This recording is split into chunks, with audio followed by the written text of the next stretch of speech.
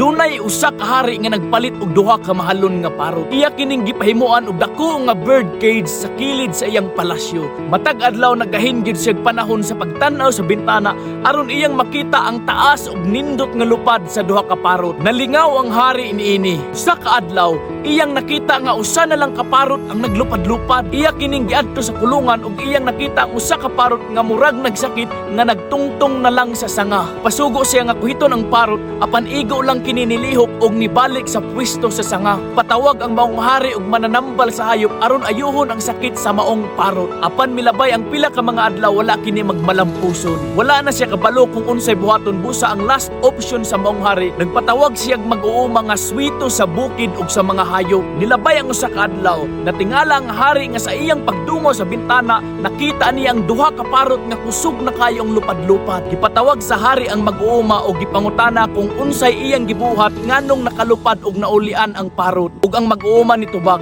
sayon ra kayo mahal na hari, akong giputol ang sanga nga gitungtungan sa maong parot. Sa kinabuhi, kinahanglan gyud nato putlon ang atong comfort zone aron mo soar high ta sa atong dreams ug ambition. Mao na usahay nga itugot sa Ginoo nga dunay mawala sa ato nga mga butang aron ta motubo sa atong espirituhanon nga bahid.